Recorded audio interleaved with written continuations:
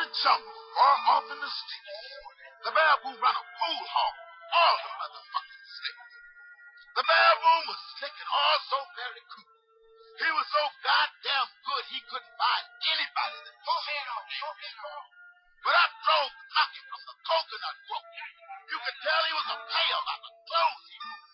He wore some alligator shoes and some double knit slacks. All right. Booty whip coat with a belt in the back. Right. Black velvet vest. Diamond stick pin in his motherfucking chest.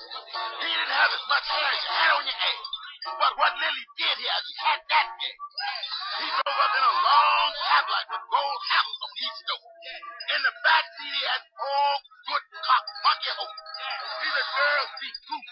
While I go in and shoot this ugly baboon a game of pool. He said, hey, brother baboon, I just got the news from the squirrel that you was the best pool shooter in the whole world. You skinning and grinning and having fun, so hop here, you ugly motherfucker, and shoot me one. The monkey grabbed his stick, chalked it well. I knew by that the baboon was going to catch a whole lot of it. All right. On the plate, he dropped a 1, 2, and 3. I said, you ugly motherfucker, you shouldn't have fucked with me. All right. He banked 4, 5, and 6. Not with the pool stick, but with the head of his motherfucking head. He got the 7, 8 in the side.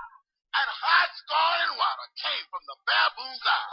He railed a 9 and a 10, and by that time, the old monkey's dick had begun to bend. All right. He put cross-corner English on the 11 and the 12. Right on. Everybody said, Mr. Monkey, you raising a whole lot of hell. Yeah. He put his dick in his pants and left a whole motherfucking pool hall in a tramp. Yeah. The 13 was close to the rail. Yeah. He knocked it in with his motherfucking tape. Yeah. The 14 and 15 was tightly froze. Yeah. He knocked them in with both eyes. The baboon looked at the monkey and said, you think you hot.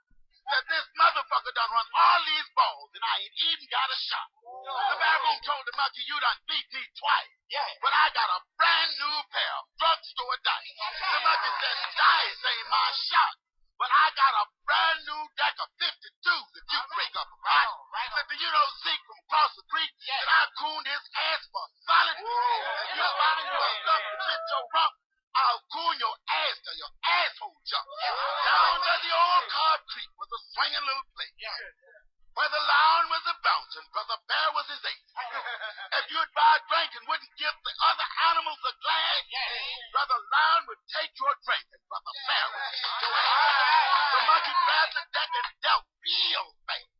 The baboon said, don't you try no shit, because I'll pull out my razor and cut you dead on your ass. The monkey took the deck in and spread it short queen. Put a switch on the deck, ain't nobody see. The baboon pulled and dissed the tray. But the monkey got on another way. He dropped 3 trays, 4 7 that hit himself with a queen. He said it might look shitty, but it's damn sure clean. I used to be out here, you thought you would get. Now you done lost so money, now you want to start some shit. The baboon jumped up real fast. And the monkey said, if you reach for air penny, I'm going to shoot you dead in your ass. Now don't stand up there with that shitty-ass grin. When you go and pawn your coat, I'm going to coon your ugly ass again. All right. Now you better get your funky nuts up out the sand. Because if you don't, I'm going to make you up that quarter. You owe the rat man. Right on.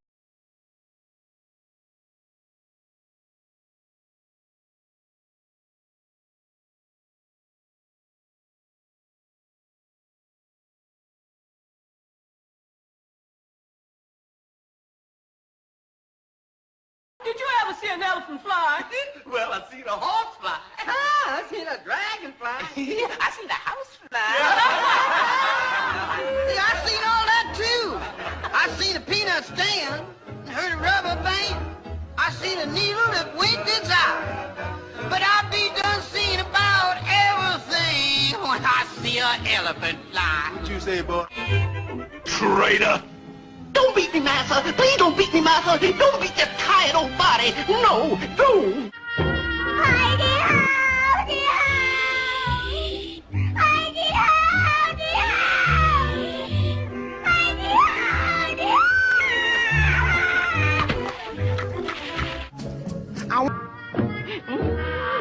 And when I says out, Jasper, I mean O-U-W-T out. Now it's time for a brief history of the United States of America. Hi, boys and girls, ready to get started? Once upon a time, there were these people in Europe called pilgrims, and they were afraid of being persecuted. So they all got in a boat and sailed to the New World where they wouldn't have to be scared ever again. Oh, I'm so relaxed. I feel so much safer. But as soon as they arrived, they were greeted by savages, and they got scared all over again. Indians! So they killed them all.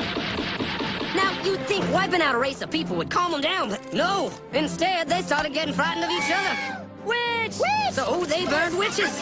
In 1775, they started killing the British so they could be free. And it worked, but they still didn't feel safe. So they passed a Second Amendment which said every white man could keep his gun. I loves my gun. Loves my gun. Which brings us to the genius idea of slavery. You see, boys and girls, the white people back then were also afraid of doing any work. So they went to Africa, kidnapped thousands of black people, brought them back to America, and forced them to work very hard for no money. And I don't mean no money like I work at Walmart and make no money. I mean $0. Nothing. Not a zip. Doing it that way made the USA the richest country in the world. So did having all that money and free help calm the white people down? No way. They got even more afraid. That's because after 200 years of slavery, the black people now outnumbered the white people in many parts of the South. Well, you can pretty much guess what came next. The slaves started rebelling. There were uprisings. An old master's head got chopped off. And when white people heard of this, they were freaking out and going, I want to live. Don't kill me, big black man. Well, just in the nick of time came Samuel Colt, who in 1836 invented the first weapon ever that could be fired over and over without having to reload. And all the Southern whites were like, yeehaw! But it was too late. The North soon won the Civil War and the slaves were freed. Yep, they were free now to go chop all the old masters' heads off. And everybody was like, oh no, we're gonna die. But the freed slaves took no revenge. They just wanted to live in peace. But you couldn't convince the white people of this. So they formed the Ku Klux Klan. And in 1871, the same year the Klan became an illegal terrorist organization, another group was founded, the National Rifle Association. Soon politicians passed one of the first gun laws, making it illegal for any black person to own one. It was a great year for America, the KKK and the NRA. Of course, they had nothing to do with each other, and this was just a coincidence. One group legally promoted responsible gun ownership, and the other group shot and lynched black people. And that's the way it was all the way to 1955, when a black woman broke the law by refusing to move to the back of the bus. White people just couldn't believe it. Huh? Why won't she move? What's going on? Man, all hell broke loose. Black people everywhere started demanding their rights, and white people had a major freaky field meltdown, and they were all like, run away! Run away! And they did. They all ran fleeing to the suburbs where it was all white and safe and clean. And they went out and bought 250 million guns and put locks on the doors, alarms in the houses, and gates around the neighborhoods. And finally, they were all safe and secure and snug as a bug.